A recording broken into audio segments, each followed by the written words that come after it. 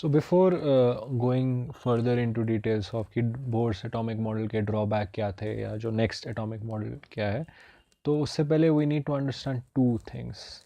ठीक है. One is the concept of de Broglie's wavelength. ठीक है. ऑल्सो नोन एज मैटर और पार्टिकल वेव. राइट. मैटर और पार्टिकल वेव. तो अगर हम इसको देखें तो डी ब्रॉगलीज वेवलेंथ का कॉन्सेप्ट क्या है. तो द स्टेटमेंट वाज सिंपल लेकिन रेडिकल चीज़ थी.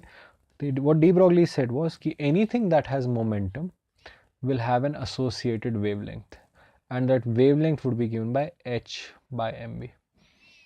तो ठीक है. तो what he said was fairly simple. उसने कहा कि हमारे अराउंड जितनी भी चीज़ें हैं जिनका मोमेंटम है, मोमेंटम मतलब जिनका मास है और जिनकी वेलोसिटी है, उन सब का एक वेव नेचर होगा. This is something that is applicable to everyone around us, something that is applicable to you and me. कि अगर हम अपनी बात भी करें so we can say that कि अगर हमारा कुछ मास है और अगर हम कुछ वेलोसिटी से ट्रैवल कर रहे हैं तो हमारा भी एक वेव नेचर है. सो अगर मैं एक एग्जांपल कंसिडर करूं कि अगर मैं एक कंसिडर करूं कि अगर एक पर्सन है who has a mass of let's say 60 kg and who's traveling at a speed of 10 metre पर सेकेंड. इसकी अगर वेवलेंथ का ऑर्डर देखें तो h हमको पता है is of the order of 10 raise power minus 34. यहाँ 10 रेज़ पावर 2 है. So this is 10 raise power minus 36 metre. So if we look at this number, this is a very small number. तो पहली चीज़ हम कहते हैं कि हर एक चीज़ की वेवलेंथ है. तो जो भी हम आसपास देखते हैं, किसी भी चीज़ को हम ट्रैवल करते हुए देखते हैं, तो हम कह रहे हैं कोई भी चीज़ अगर पॉइंट ए से पॉइंट बी तक जा रहा है तो वी आर सेइंग कि it has an associated wave nature. तो वेरी रेडिकल थिंग टू से बिकॉज हम अपने अराउंड जिस भी चीज़ को देखते हैं उसका वेव नेचर नहीं होता, तो सीधा एक स्ट्रेट लाइन में ट्रैवल करते हैं. लेकिन अभी हमको ये रियलाइज़ हुआ अगर हम किसी भी फाइनाइट ऑब्जेक्ट की बात करें 60 kg स्पीड 10 मीटर पर सेकेंड, तो उसकी wavelength is 10 raise power minus 36 metre which is very small. Right. मतलब ये तो बहुत इनसिग्निफिकेंट है. तो वी कैन से कि you and I both of us have wave nature when we are travelling, लेकिन हमारा वेव नेचर इतना कम है it doesn't even matter. Whereas अगर मैं यही चीज़ इलेक्ट्रॉन के लिए देखूं तो मैं इलेक्ट्रॉन के लिए मैं कह दूंगा कि h, तो मैं लिख h is of the order of 10 raise power minus 34. Electron का मास हमको पता है is of the order of 10 raise power minus 31. And अगर हम वेलोसिटी की बात करें इलेक्ट्रॉन की वेलोसिटी जो होती है मान लेते हैं लेट्स अज्यूम कि it's travelling at the speed of light, उस ऑर्डर में. सो अगर हम इसको देखें so this is coming out to be 10 raise power minus 11 metre. Again a very small number. However, if we look at the size of an atom, size of an hydrogen atom की अगर हम बात करें, it is of the order of, radius is of the order of 10 raised power minus 10 meter. And electron तो is a tiny particle inside the atom because most of the atom तो space होता है.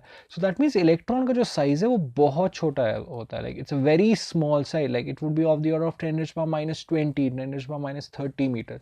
कि electron का exact size हमको नहीं पता. You can search that online and figure that out. But I'm sure if you search that it will be a very small number. Right? Much smaller than this. तो electron का जो de Broglie wavelength है वो as compared to its size negligible नहीं है. जो हम अपने लिए कह रहे थे, हम कह रहे थे कि हमारा साइज जो है वो तो of the order of 1 metre है, लेकिन जो वेव लेंथ है वो तो बहुत छोटा है, तो हम इसको निग्लेक्ट कर लेंगे. Right. we can neglect this for ourselves, but for an electron the wavelength is coming out to be 10 raised to power minus 11 meter, which is significantly larger than its own size. Like think of it, if the wavelength associated with us, if the wavelength associated with me was 10,000 meter, so फिर तो मतलब मैं ऐसा नहीं कह सकता ना कि वो नेग्लेजिबल है, फिर तो मतलब मेरा ही साइज नेग्लेजिबल हो गया as compared to wavelength. So electron में भी कुछ ऐसा हो रहा है कि इलेक्ट्रॉन का जो अपना साइज है is negligible as compared to its wavelength. मतलब अगर इलेक्ट्रॉन पॉइंट ए से पॉइंट बी ट्रैवल कर रहा है, सो we were visualizing वो ट्रैवल कुछ ऐसा है. So now what I am saying is, now I am saying कि it possesses a wave nature, and because of this wave nature it cannot travel like this. It's probably traveling like this. मतलब कुछ ऐसा, as a disturbance it is traveling, as a wave it is traveling, and even probably a bigger wavelength than this. So electron is traveling from A to B like this, like around the nucleus electron is traveling like this. It's traveling continuously like a wave. ठीक है. So this is the concept of de Broglie's wavelength. अगर हम इस concept का ही application देखें simple, तो जैसे अगर मैं आपको बोलूं कि अगर एक प्रोटॉन है, एक न्यूट्रॉन है, सॉरी एक अल्फा पार्टिकल है और एक इलेक्ट्रॉन है, इन तीनों का सेम वेलोसिटी है, तो which has maximum value of de Broglie's wavelength. तो we know that lambda is h by mv. अगर इन तीनों का वेलोसिटी सेम है तो डी ब्रॉगली वेवलेंथ उसका ज़्यादा होगा जिसका मास सबसे कम है. सबसे कम मास किसका होता है? Electron. So I will say electron, right? Electron has the maximum D Broglie's wavelength. तो ये सिंपल कॉन्सेप्ट है, मतलब इसके जो न्यूमेरिकल्स है वो इतने इंपॉर्टेंट नहीं है, लेकिन इसका जो इम्प्लीकेशन है, implication that the path of electron is not a straight line is very important. ठीक है, तो आगे बढ़ते हैं. तो this was about de Broglie's wavelength. So जो अगला कॉन्सेप्ट है, if you look at the next concept, so next concept is about what we say the Heisenberg's uncertainty principle. ठीक है, let me write Heisenberg's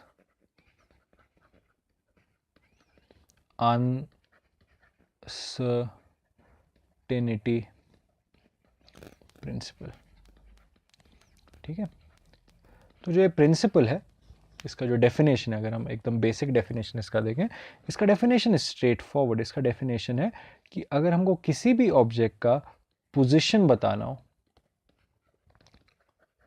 और momentum बताना हो, ठीक है, किसी भी ऑब्जेक्ट का अगर हमको पोजीशन एंड मोमेंटम दोनों बताना है, तो हम से we are saying it is impossible to determine both position and momentum with 100% accuracy, कि there will be an error. ठीक है, 100% एक्यूरेसी तो मेजर कर ही नहीं सकते, या तो पोजीशन में एरर होगा, या तो मोमेंटम में होगा, या दोनों में होगा, कि कभी भी 100% एक्यूरेसी, तो ये चीज़ जो है ये पॉसिबल नहीं है. सो जो इसका मैथमेटिकल एक्सप्रेशन है वो कुछ ऐसा है, error in position into error in momentum is greater than equal to h/4π. So हम यूजुअली कहते हैं कि मास में तो एरर नहीं है, अगर मोमेंटम में एरर है वो वेलोसिटी की वजह से एरर है, तो एरर इन मोमेंटम को मैं लिख दूंगा mass times error in velocity. तो ये चीज़ बन जाती है delta x into delta v greater than equal to h/4πm, where m is the mass. So again a very radical statement. हम कह रहे हैं हम किसी भी चीज़ का पोजीशन और वेलोसिटी बता ही नहीं सकते, लेकिन हम तो देखते हैं, हम अपने अराउंड इतने ऑब्जेक्ट से, कोई भी कार जा रही होती है, कोई भी साइकिल जा रही होती है, हम तो उसका एग्जैक्ट बता देते हैं ये पोजीशन है, और स्पीडोमीटर से एग्जैक्टली बता देते हैं कि ये उसकी वेलोसिटी है, स्पीड है. तो what is the significance of this error? Again if I try to apply this to finite objects, h is 10⁻⁻34 order, m क्या होगा? 10⁻1 ऑर्डर होगा, 60 kg, 50 kg. तो ये जो हो गया, ये कितना आ गया? 10⁻⁻35 मीटर, सॉरी 10⁻⁻35 आया, ऑर्डर आया.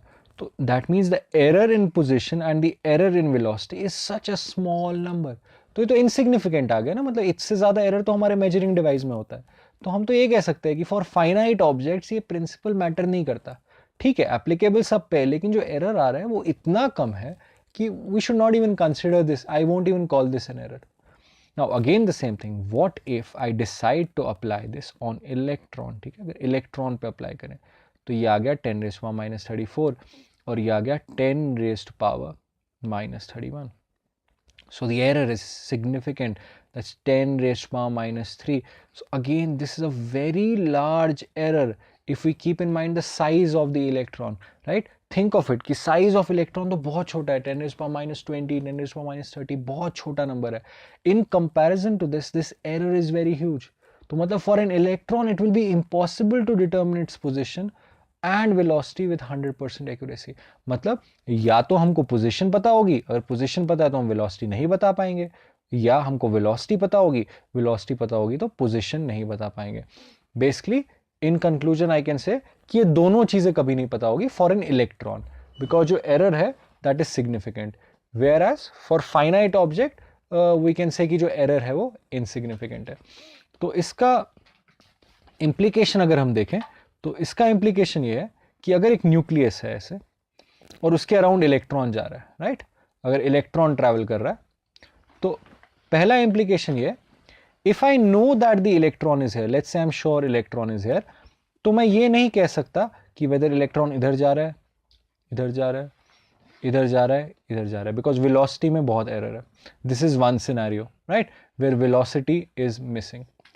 दूसरा implication ये है कि अगर मुझे पता है कि इलेक्ट्रॉन जो है वो इस डायरेक्शन में जा रहा है, तो मेरे को ये नहीं पता वेदर इलेक्ट्रॉन इधर है, इधर है, इधर है और इधर है, right? So either I am sure about the velocity और I am sure about the position, I am never sure about both of them.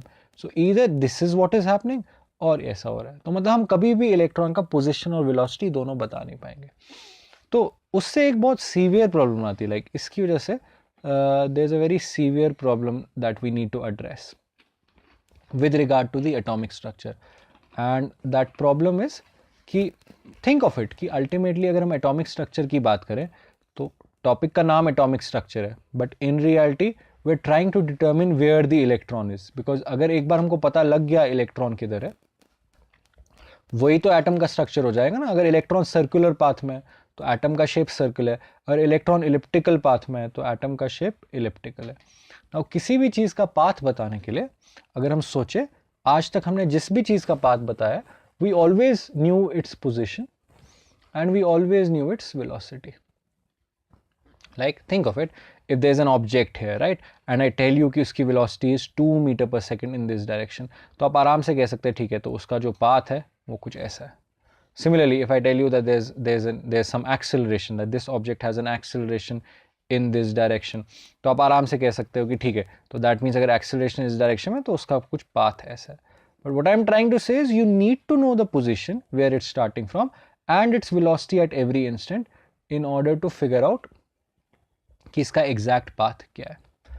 Whereas think of it, अगर मैं आपको बोलूं कि एक गाड़ी है वो 4 मीटर पर सेकेंड इस डायरेक्शन में जा रही है, तो इसका पाथ क्या है, तो आप उसका पाथ नहीं बता सकते, बिकॉज आपको नहीं पता है गाड़ी किधर है. मान लो गाड़ी इधर होती तो इसका पाथ क्या था, ऐसा. अगर गाड़ी इधर होती तो पाथ क्या था, ऐसा. अगर गाड़ी इधर होती तो पाथ ऐसा होता. सिमिलरली अगर मैं आपको बोलूं that there is a car, the car is here, what is its path, you have no idea about its path because you do not know its velocity. So in conclusion, what we are trying to say is that it's impossible to determine path of any object जब तक हमको उसकी position नहीं पता हो या उसकी velocity नहीं पता हो. So this is the problem we have with electron, because electron का हमको position भी नहीं पता है और velocity पता है, या तो velocity नहीं पता है और position पता है. तो electron के केस में मैं कभी बता नहीं पाऊंगा कि वो exactly कैसे travel कर रहा है, right? So we'll come to that, how we'll solve that problem in our next lecture. But before going there, there's one last thing I want to share, that why do we have this uncertainty principle? Like why should there be a problem in locating where the electron is and knowing the speed? तो पहली बात, अगर हम एकदम basic में जाएं, हम किसी भी ऑब्जेक्ट की स्पीड कैसे फाइंड करते हैं. हम किसी भी ऑब्जेक्ट, जैसे मान लो पॉइंट ऑब्जेक्ट, हम कहते हैं t = 0 पे ये ऑब्जेक्ट इधर है, t = 1 सेकेंड पे ये ऑब्जेक्ट इधर है. तो हम कहते हैं कि 1 सेकेंड में ये ऑब्जेक्ट मान लेते हैं 2 मीटर ट्रैवल किया, तो इसकी स्पीड क्या होगी, वेलोसिटी क्या होगी, 2 मीटर पर सेकेंड. तो हमने इसकी पोजीशन भी बता दी, वेलोसिटी बता दी. It's a very simple thing, there is no error in this. Let's say I do the same thing for electron. Now again if you go into more basics of it, how do we see things? We see things through photons, right? मान लो एक electron है जो travel कर रहा है इस direction में, राइट? और उसको हम एक माइक्रोस्कोप के थ्रू देख रहे हैं. Like think of this as an eye, and उसको हम माइक्रोस्कोप के थ्रू देख रहे हैं. तो उसको हम ऐसे ही देखेंगे ना कि हम उस पर एक फोटोन फेंकेंगे ऐसे. फोटोन जो है वो इससे रिफ्लेक्ट करके हमारी आंखों में जाएगा, and we will see okay this means that the electron is here, like this is the position of the electron, there is no error. But unlike you and me, जिसको फोटोन से कुछ फर्क नहीं पड़ता, फोटोन और electron की energy जो है वो कंपेरेबल है. जब फोटोन इलेक्ट्रॉन से कोलाइड करेगा, so what will happen is this electron will end up gaining some energy. Now instead of travelling in this direction, now it will travel in this direction. After some time electron would be somewhere here. तो अभी अगर हम इसको देखें, हम इस पर फिर से फोटोन स्ट्राइक करेंगे, फोटोन फिर से रिफ्लेक्ट होके हमारी आंख में जाएगा, and we will say like this is the final position, and based on final position and initial position I can say that कि जो इसकी velocity है that is in this direction, like this is the direction of its velocity. लेकिन हम actual में देखें velocity का direction क्या था, this was the actual velocity जो original velocity थी, and this was the observed velocity. तो इसका मतलब क्या हुआ, जो ऑब्जर्व वेलोसिटी है that is different from the actual velocity. और वो एरर क्यों आ गया? बिकॉज फोटोन ने क्या किया, फोटोन ने इलेक्ट्रॉन को अपनी energy they the. So that is why there is this error. So this is, think of this like a limit in the nature, कि nature में हम सिर्फ एक ही तरीके से देखते हैं, we see things, ठीक है, we see things through photons, and जिस भी चीज़ का size photon से comparable है वो उस चीज़ की position और velocity दोनों को alter करेगा, and hence there will always be an error.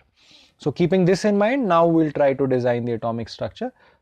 So until that lecture, try to think of this uncertainty principle in more detail. So goodbye for now.